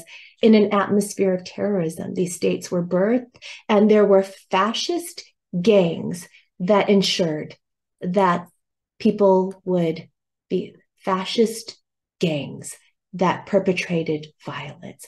And this is the kind of anti-imperialist, I'm going to end here. This is the kind of anti-imperialist study and political education that ethnic studies can make possible, not always in institutions. I don't give up on the institution entirely, but I certainly don't put my eggs in the institutional basket. So I will just end here. Thanks so much, Christine. Of course, I'm sure me and everybody else wants to have 100,000 questions for you. And I was just thinking of a couple of things. Black Like Mao, Robin Kelly's article, which actually connects and talks about all of these influences and so on. And then the struggle that you've also been through at the UC Ethnic Studies, and who's been regulating it. And by way to move to introduce Abed Ayub, I was actually thinking about a lot of things that some of the groups that have been targeting you and targeting us, like the Anti-Defamation League, that has been trying to regulate and police everything that are doing, was actually very much involved in what happened to Alex Ode, who was the West Coast Regional Director of the American Arab Anti-Discrimination Committee, which Abed is representing today. And ADC also was founded by Senator James Aburizak, who actually was half indigenous, and he was the one who introduced the Child Welfare Act, Indian Child Welfare, in 1978, on which the latest Supreme Court case was based to protect indigenous children from being basically kidnapped by white families and raised and so on. So it's really my pleasure to introduce Abed. Abed Ayoub serves as the National Executive Director of the ADC, which is the largest Arab American civil rights organization. We're really very happy to have you, based in Washington, D.C., with chapters across the country. Abed has worked to address issues impacting Arabs and Muslims in the U.S., including matters related to discrimination, immigration, hate crimes, surveillance, and profiling. Under his leadership, ADC has successfully assisted and provided pro bono support to thousands of impacted communities across the country. He regularly advocates on behalf of the community with lawmakers and government agencies. He's a regular commentator on many places. He was born in Detroit, Michigan, where I taught for 2.5 years, and graduated from the University of Detroit Mercy School of Law in 2005. And also Abed has been very much involved recently in defending and protecting the 3 Palestinian students who were shot in Vermont. So my pleasure to introduce Abed. Please take it away. Thank you, Dr. Rabab. And thank you for inviting me. This is a great space. And Christine, I appreciated that presentation you just gave. That was very, very informative. And thank you, Doc, for recognizing Senator Aburizak and his work, and how really this all does tie in together. And he was a visionary when he, wanted to focus on the coalition building, on the common struggles that we all have. I'm going to talk a little bit today just about the issues we're seeing, touch on the 3 young men in Vermont who were shot, and kind of the climate for our community members, not just on college campuses, but in general. And I think it's there has been a lot in the news lately. There's been a lot of conversations about, anti-Semitism and different incidents that are being highlighted. And it just feels that there is a ignoring of what's happening, the anti-Arab sentiment, anti-Palestinian sentiment, and Islamophobia that is facing the community. Our office does work and represent the 3 individuals in Vermont. We also work and represent the mother and family of the 6-year-old in Chicago that was stabbed and killed. And, before I get into those, I do want to just lay out the importance of recognizing the anti-Palestinian part of this and the anti-Arab part of this, where if everything is, put under Islamophobia, essentially what that does is that's erasing the Palestinian voice or the Arab voice from the room.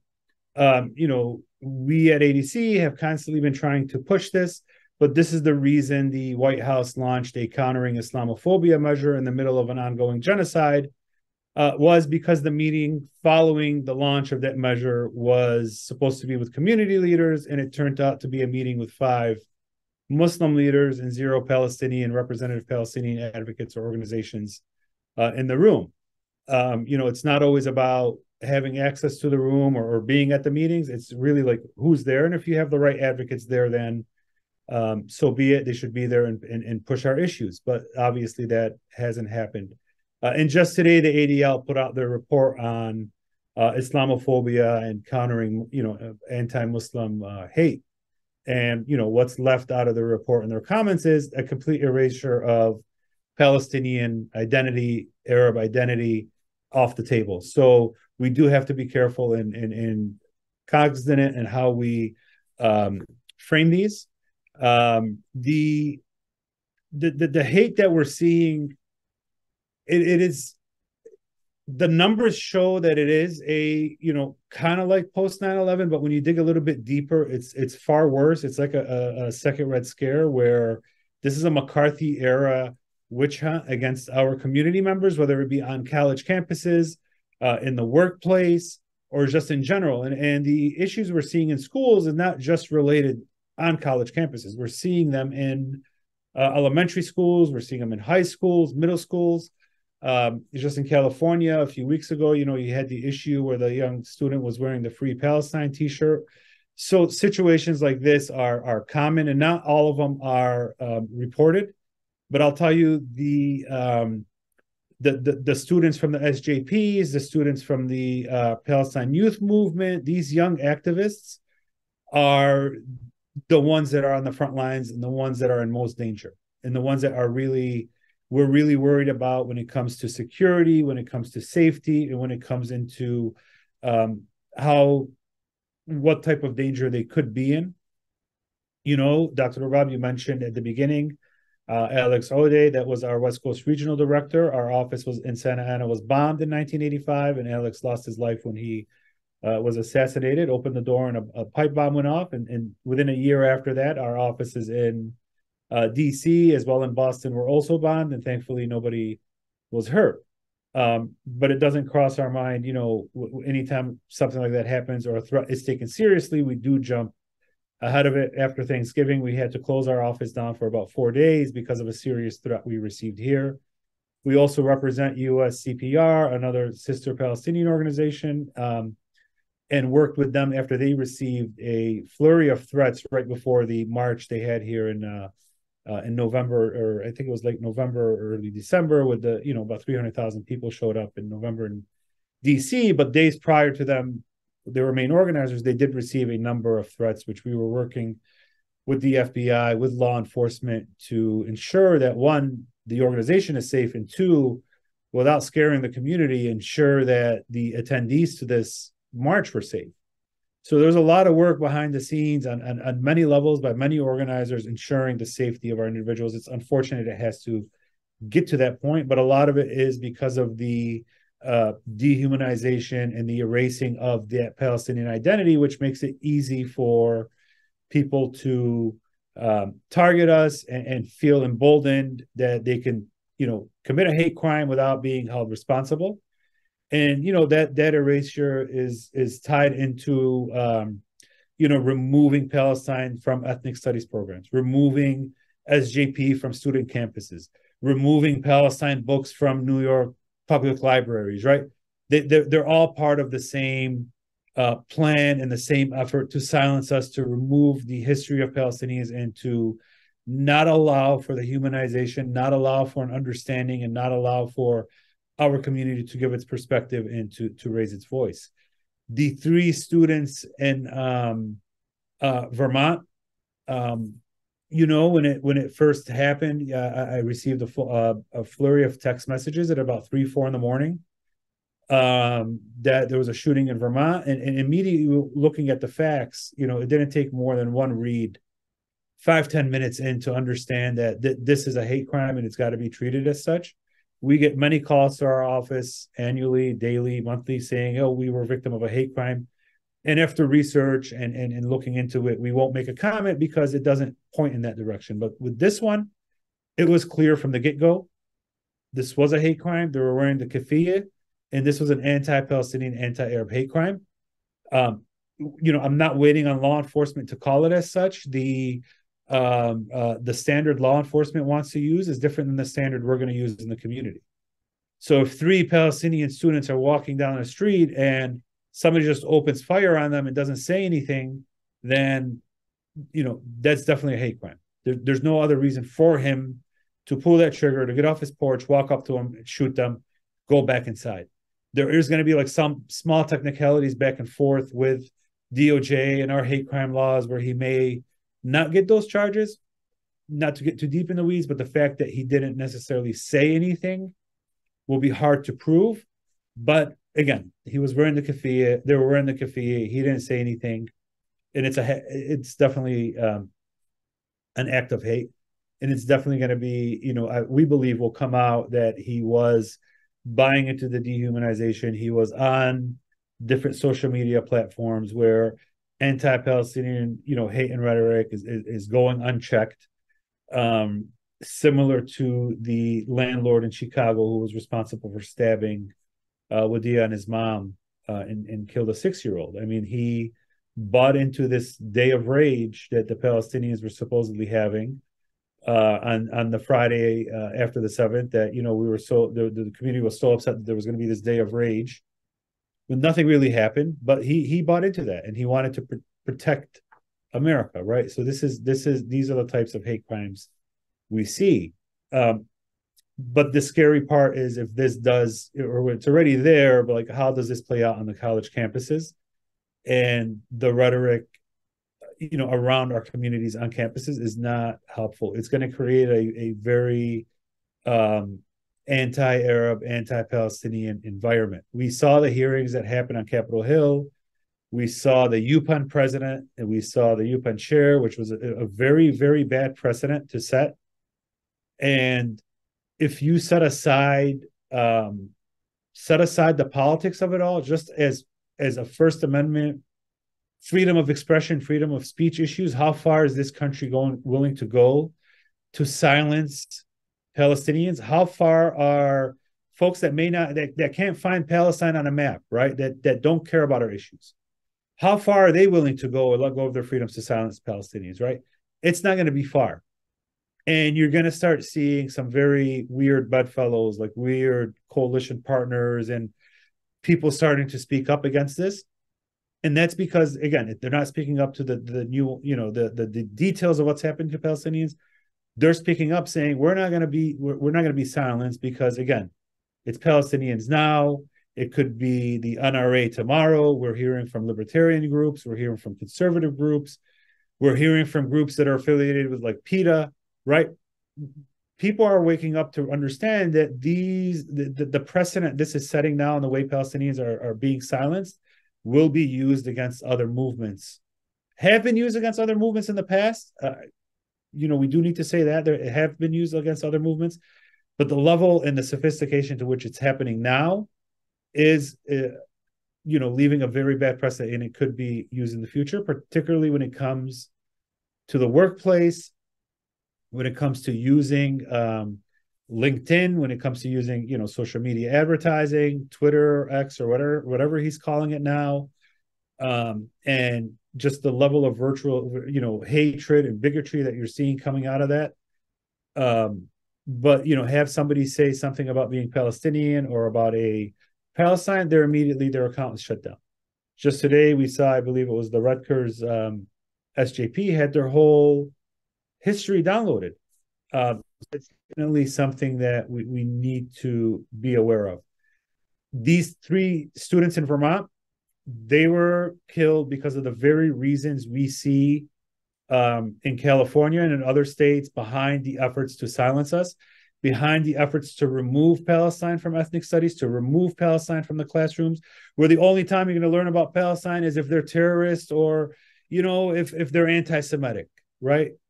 This is the same mentality and the same thought that is behind the killers of Wadia, behind the shooters in Vermont, and it's something that, you know, we need to get ahead of.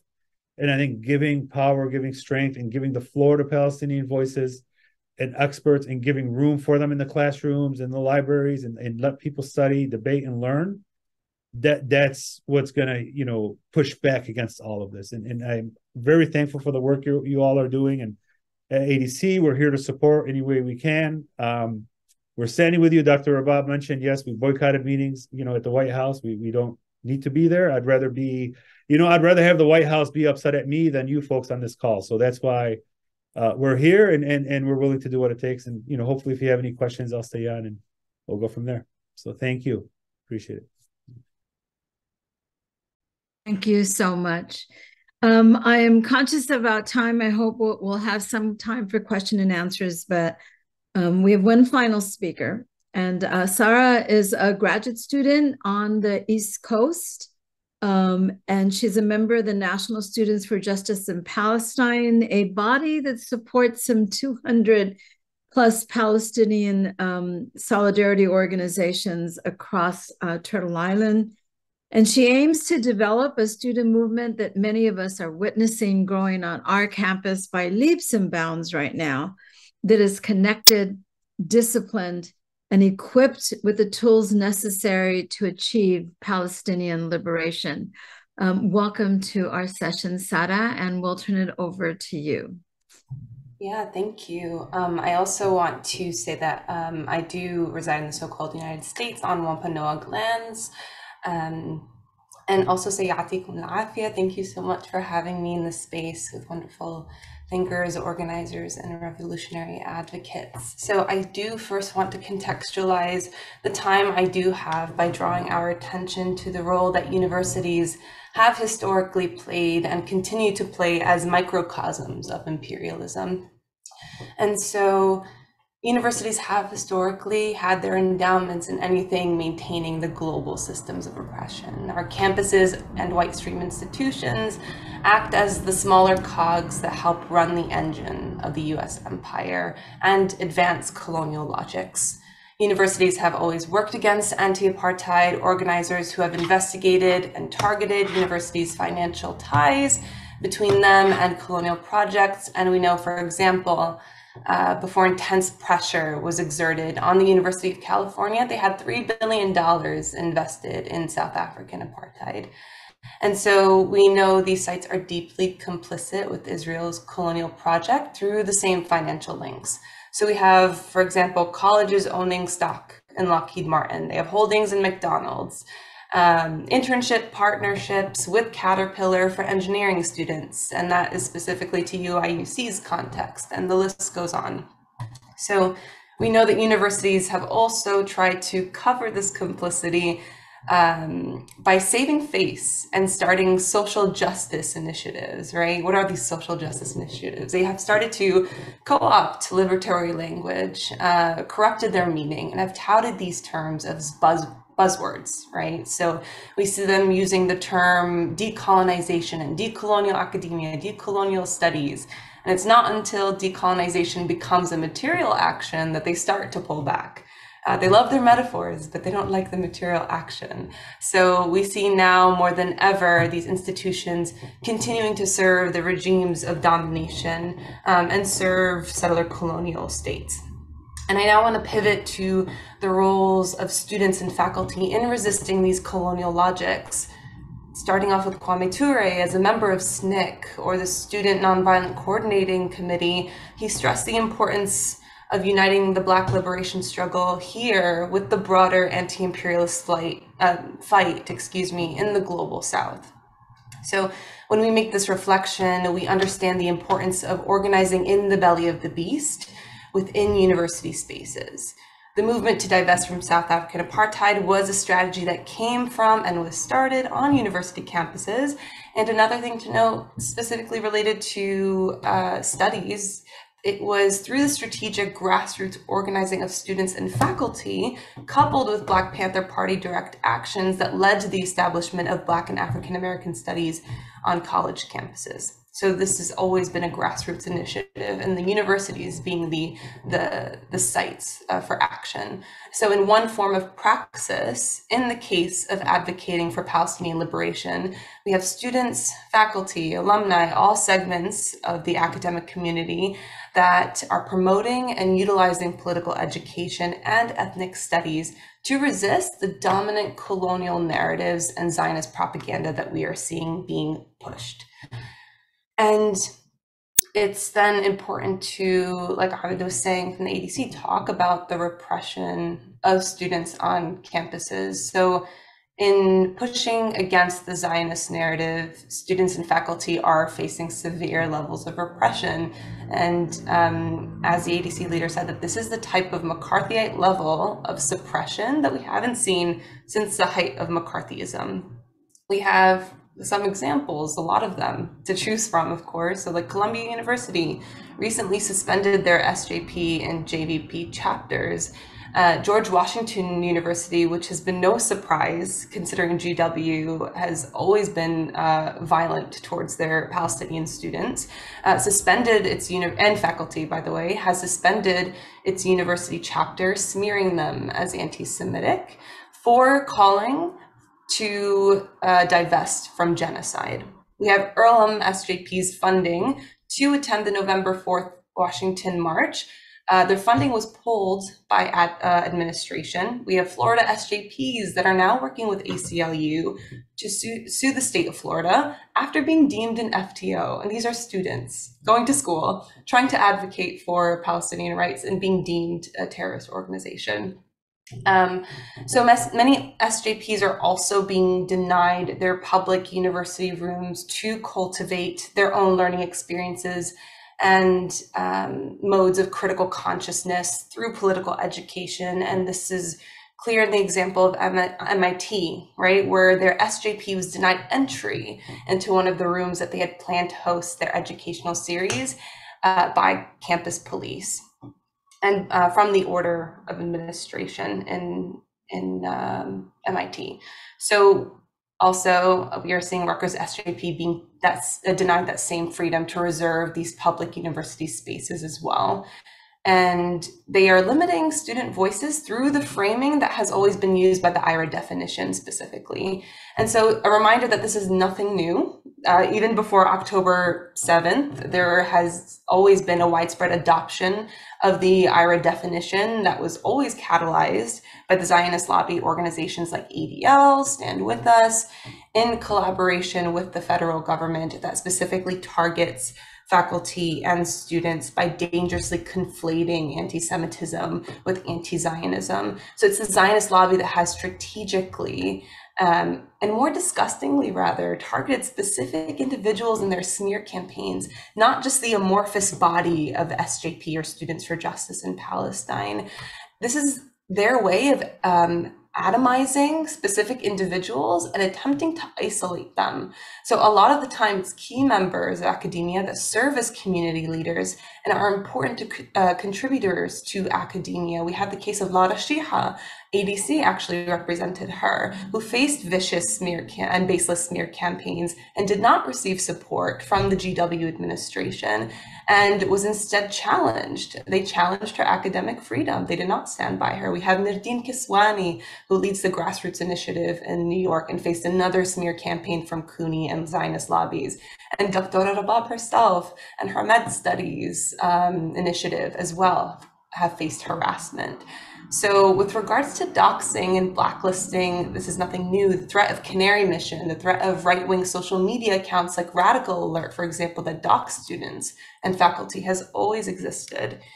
And now I want to lastly end by considering NSJP's role in the midst of this repression. So National SJP can provide and facilitate support when Students for Justice in Palestine chapters or Palestinian solidarity organizations are facing backlash outside of the realm of legal support. So what we are seeing is a united front that is happening and relating to divestment and coalition building that's coming in full force. And that has been the response to these levels of repression, along with the need along with the needed legal support being provided by the ADC, being provided by CARE, Palestine Legal, and now with National Lawyers Guild coming in and offering workshops, like Know Your Rights workshops, legal workshops.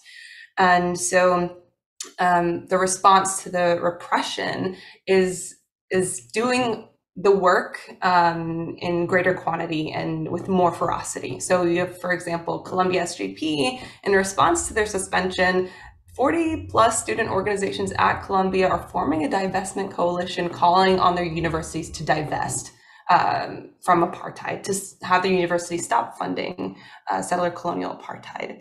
And we have the uptick of faculty for justice in Palestine. So over 60 universities are currently activating or have activated their faculty justice for Palestine.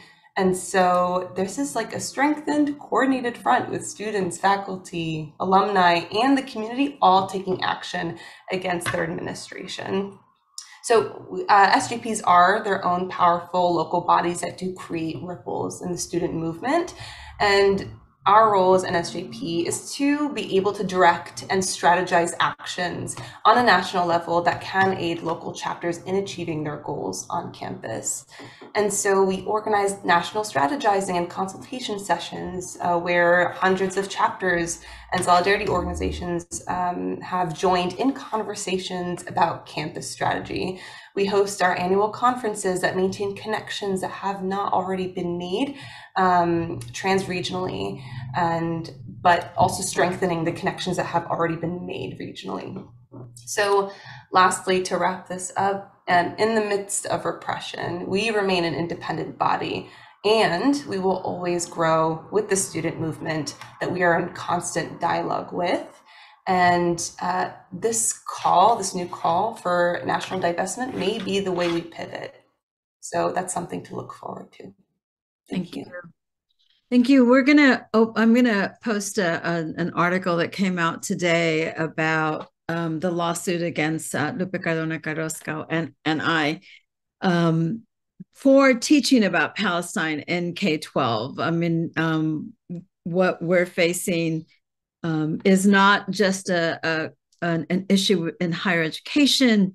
It's an issue in every single part of education, which should come as no surprise. The institution of education has consistently erased the true stories of people of color and indigenous people throughout this country. And so we have, I think, 10 minutes left for questions and answers. I'd love to see, there are no questions at this moment. While you wait, Teresa, I just want to say that, don't you have a court date coming up? Yes, I was just going to post share the screen on two of our upcoming events. Tomorrow, the PAM Caucus has a Path to Climate Justice webinar. And we also have a court case coming up this Thursday. The time is wrong. It's December 14th at 4 o'clock. The address is correct. We hope to have some announcement related to our court case. And we don't see this court case as a court case about just us. There are a number of threats to K-12 and university faculty. This is a federal court case, so it may have standing throughout the nation once it is determined what the result of it is. But I'm just going to stop on that note. Hope to see you there Thursday at 4. I'm going to go back because I do see a question. Fabulous panel. Thank you so much. How might we access the recording for our teach-ins? Do you want to answer? We're going to be doing it afterwards. We just wanted to record, have this. Today we recorded it already, so we will just look at it and just post it and make it available to everybody to see. And we're hoping people will be adopting it in their classrooms. But I wanted to say something about your court case. I think it's really important for everybody in the LA area to go and show up. It really is not lost on the judge if the courtroom is filled. And I speak from experience. It really matters when the judge sees a lot of support. You people need to show up there, be there, because we cannot lose these cases. We have to win them. Yes. And am I still sharing my screen? Oops. No. Oh, because you were sharing my emails. Christine, I'm really terrible at this. We'll just edit that out. That's okay. Yes. Yes. I will email info about the court case so you can get the word out. Thank you so much. It is the first of many. The Deborah Project did issue a cease and desist letter to the Oakland Teachers Association just last week when they sponsored their teach-in on teaching about Palestine. Santa Ana School District is facing a lawsuit from the ADL. So this is the first of many. One of the things that we're planning to do is the PAM caucus, because there's just been so much of an interest, is our next education panel will be students from our universities who are beginning to face repression, threats of expulsion, threats of suspension, simply for standing up for the liberation of Palestine. And maybe if there are no questions, I would say maybe the panelists can go around and maybe say, like, comment on each other's thing, maybe take a couple of minutes, well, actually 1 minute, to comment on each other. Any final statements for the time being, and don't think of this as the last conversation, because we're going to be bothering all of you and pestering you to come and speak in our classes, in more discussions and more conversations. We really want to be able to employ your talents in basically advancing the cause for justice for all and for not criminalizing Palestine. So whoever wants to go, please.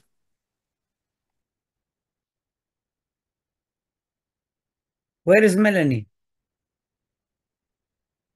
Right in the middle of my screen. Can you hear me?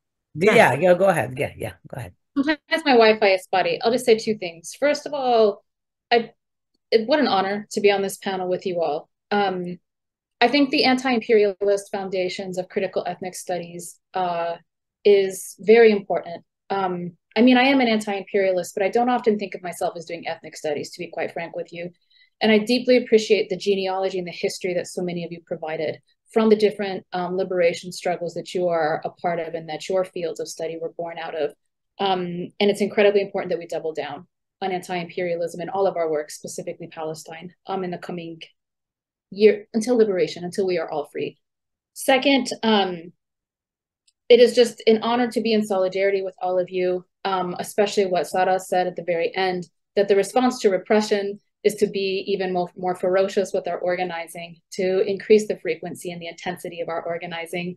That is precisely the right response. And it is really an honor to be in a group of comrades, really, comrades and colleagues who do that. And that actually, yes, it is important to maintain, to still be in these institutions, if for no other reason than to protect, to defend, and to support the students who do this work. That is a huge part of what we do as educators. And again, it is an honor to do so. So thank you so much.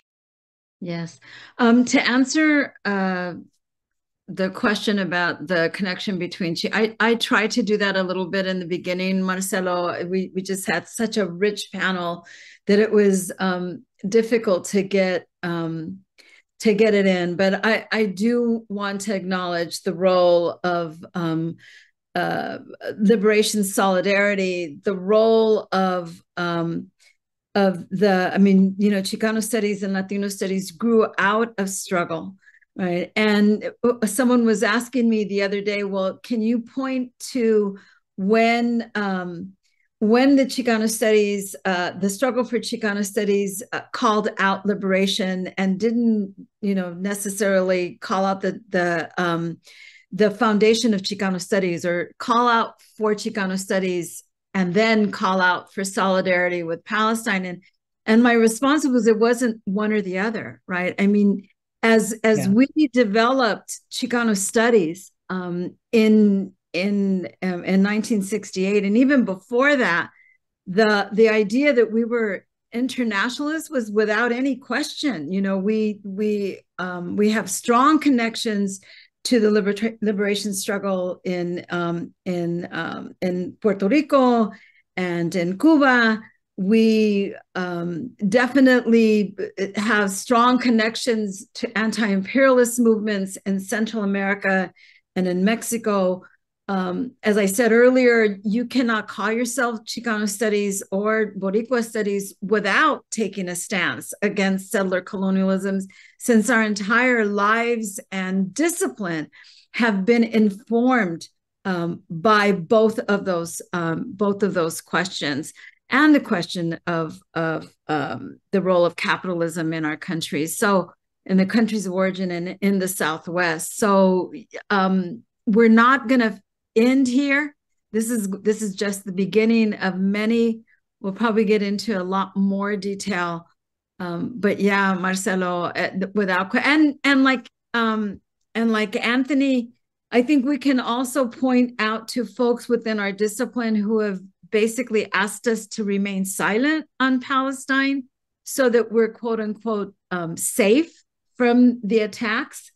And then there are those like Rudy and Carlos and many others in our discipline who have always stood solidly behind Palestine. It was interesting when I first started to get attacks in the Chicano Studies department, and I went to my department head. They simply looked at me and said, "Well, welcome, Teresa. Now it's happening to you, right? 10 years ago, it was happening to us. So this has been historical for us as well." If I may add just one thing, I'm actually teaching a course this coming semester called Comparative Border Studies, Palestine and Mexico. And we will be covering all the stuff from the Chicano moratorium to the 43 students and the connection with Palestine and many others. And we're really hoping everybody can actually join and contribute to that. So maybe somebody else from our allies. One more thing, one of the lessons that was criticized in the ethnic studies model curriculum was a lesson plan that we put in on Mexico and Palestinian solidarity. We put that into the ethnic studies model curriculum for California, and that was removed as being quote unquote an example of anti-Semitism. So, yeah. I know we're on time, but sorry, go ahead, Ahmed. Go ahead. I want to jump in. This is fascinating because, I spent a lot of time in Coachella Valley. It's a long story. I'll fill you all in with the high school and the being the mighty Arabs, and they called us down there. But when we went down there, we realized, this is a community that reminded me a lot of our community. So it's a beautiful friendship now. We're actually trying to work on something together, a conference together in Mexico City. So I'd love to sit down with both of you and share with you the insight we have. But look, at this point, we can't be silent. As Sarah said, we have to be more ferocious in our organizing. We have to be more bold. We have to really get out there. As much attacks as there have been, the community is better equipped to fight back and push back and defend, and people are falling into their roles, and we're coordinating better. So that's happening at ADC. Whatever we can do, whatever resources we can provide, whether it be inside the classroom, outside the classroom, organizing together, working together, whether it's student groups or in Mexico, I think we're open to it. This is the direction where we have to go. And there is an attempt to silence us, but I don't think that they are going to succeed, and we're just going to find different ways to push back. So I appreciate everything you all are doing, and thanks for having me in this space. And again, whatever you need from my end, you have my email and cell number any time of the day. You can just reach out. Just remember that you promised. Thank You got it anytime. I'm cognizant of the time we told you. You might regret it, but just remember. I'm cognizant of the time we told you 1 o'clock, so we're going to end. We will make this recording available. I really want to thank you, Christine. Oh my God, thank you so much. I know that you're battling an illness, so I appreciate you being here. Melanie, Sarah, Abed, thank you so much for being with us. And Anthony, who is out there negotiating our contract, thank you as well. Thank you so much. Bye-bye. Love you all.